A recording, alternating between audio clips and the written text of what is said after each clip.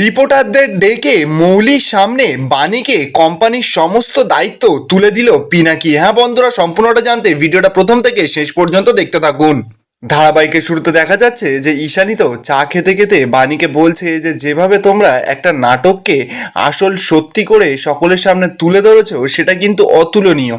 দাদুও তখন বলছে যে একদম ঠিক বলেছো, যে সত্যিটা এতদিন আমরা নিজের চোখে দেখতে পাইনি সেই সত্যিটা তোমরা নাটকের মাধ্যমে সকলের সামনে তুলে ধরেছো। বাণী তখন বলছে যে আমরা সকলে মিলে এই চেষ্টাটা না করলে তাহলে হয়তো আমরা পারতাম না। জুলি, বান্টি, ঠাম্মি সকলে প্রশংসার যোগ্য।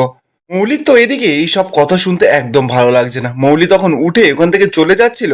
বাণী তো সঙ্গে সঙ্গে মৌলির হাতটা ধরেছে, মৌলিকে বলছে যে তুমি কোথায় যাচ্ছ। মৌলি তখন বলছে যে আমার কাজ আছে, আমি তাই চলে যাচ্ছি। বাণী তখন মৌলিকে বলছে যে হঠাৎ করে খেতে খেতে তোমার কাজ মনে পড়ে গেল, আর যেই বিক্রম দেব এতটা ক্ষতি করে যাচ্ছে আমাদের পরিবারের, আর সেই বিক্রম দেবের সঙ্গে তুমি প্রতিনিয়ত যোগাযোগ রেখে দিয়েছো।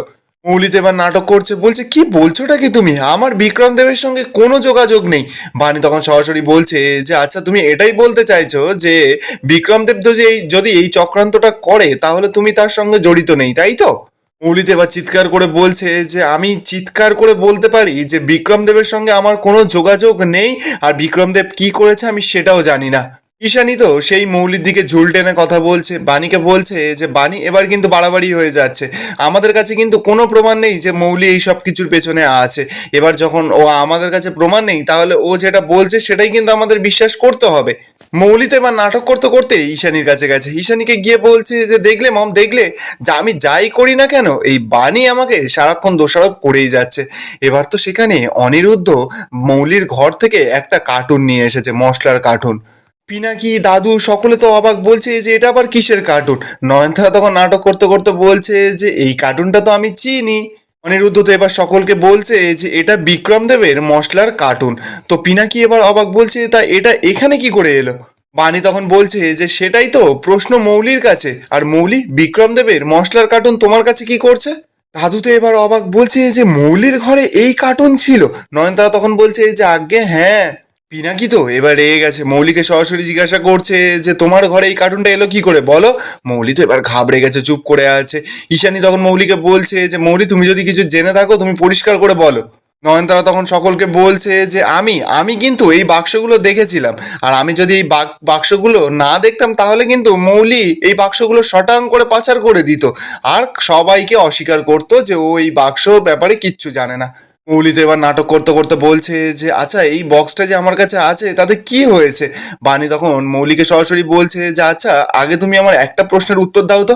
আচ্ছা বিক্রম দেবের সঙ্গে যদি সত্যি তোমার কোনো যোগাযোগ না থেকে থাকে তাহলে এই কার্টেলটা এলো কোথা থেকে, বা এই বাক্সটা এলো কোথা থেকে। আর তোমার সাথে যদি বিক্রম দেবের কোনো যোগাযোগ থেকেও থাকে তাহলে কিন্তু সেটা এক্ষুনি স্বীকার করো মৌলি। নিয়ত এবার চিৎকার করে মৌলিকে বলছে যে মৌলি তুমি যদি কিচ্ছু জেনে থাকো তাহলে নিজের মুখে স্বীকার করো। মৌলি তো এবার নাটক করছে, বলছে যে আমি কিচ্ছু জানি না এই বিষয়, এই বাণী শুধু শুধু আমাকে ফাঁসানোর চেষ্টা করছে। বাণী তখন সরাসরি মৌলিকে বলছে যে আমি তোমাকে কোনোভাবে ফাঁসাতে চাইছি না, আমি তোমাকে শুধুমাত্র সাবধান করছি। তুমি যদি সত্যিটা এখনই বলে দাও তাহলে কিন্তু অনেক কিছু সামলানো যাবে, আর তুমি যদি সত্যিটা চেপে থাকো পরে এমন কিছু হবে যে সত্যিটা আর সামলানো যাবে না। ঈশানী তো আবারও মৌলিকে চিৎকার করে বলছে যে মৌলি তুমি যদি কিছু জেনে থাকো এক্ষুনি আমাকে বলো।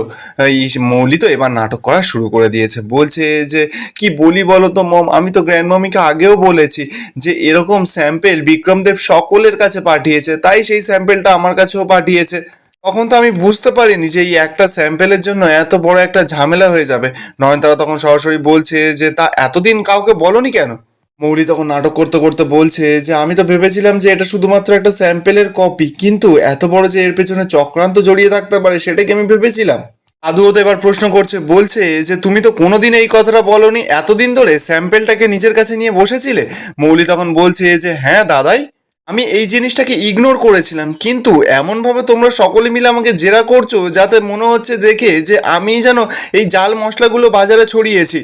অনিরুদ্ধ তখন সরাসরি মৌলিকে বলছে যে তুমি এই কাজটা করেছো কিনা সেটা একদম আমরা কেউ জানি না, তবে তুমি সিইও হওয়ার পরে এত বড় একটা জাল হয়েছে কোম্পানিতে, হঠাৎ করে বাজারে আমাদের নাম করে এতগুলো মশলা বাজারে নকল মশলা বেরিয়ে গেল, সেটা তো তুমি অস্বীকার করতে পারবে না।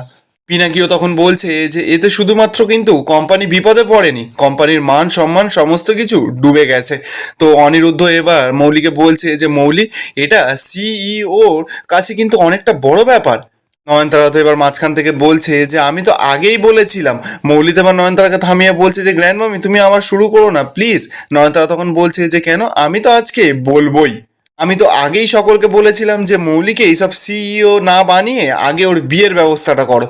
মৌলি তো এবার চিৎকার করে বলছে যে আমার বিয়ে আর সিইও হওয়ার মধ্যে কিসের সম্পর্ক। নয়নতারা তখন বলছে যে হ্যাঁ সেইটা তো দেখতেই পাচ্ছি হাতে নাতে। আমি এখনো কিন্তু সকলকে বলছি যে এখনো সময় আছে, আমাদের সিইও কিন্তু এখনো বদলানো যেতে পারে।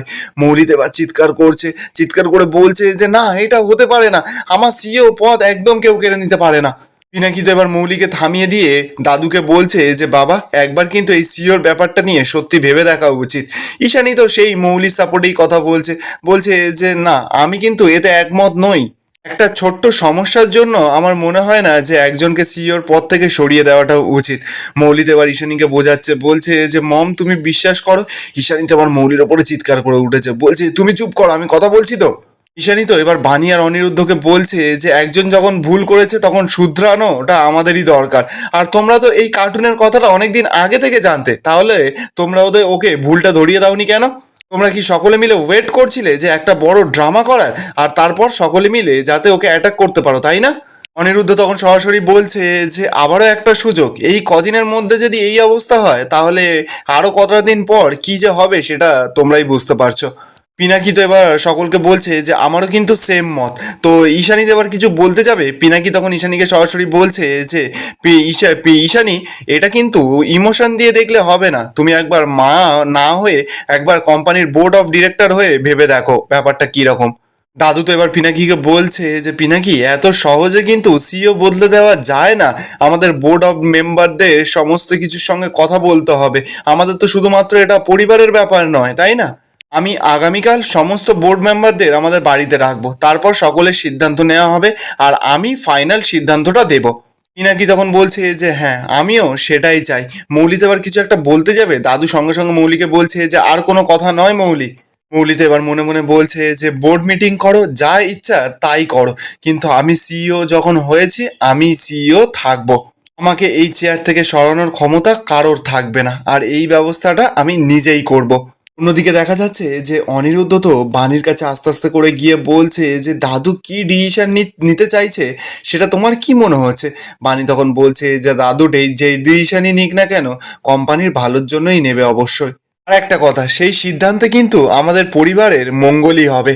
এরপর বেশ কিছুক্ষণ সময় কেটে যায়, মৌলি তো বিক্রমদেবের অফিসে চলে গেছে। বিক্রমদেব তো পুরো ফেঁসে গেছে, সকলে যারা যারা ইনভেস্ট করেছিল বিক্রমদেবের মশলায় সকলে ইনভেস্টমেন্ট রিটার্ন করে নিচ্ছে।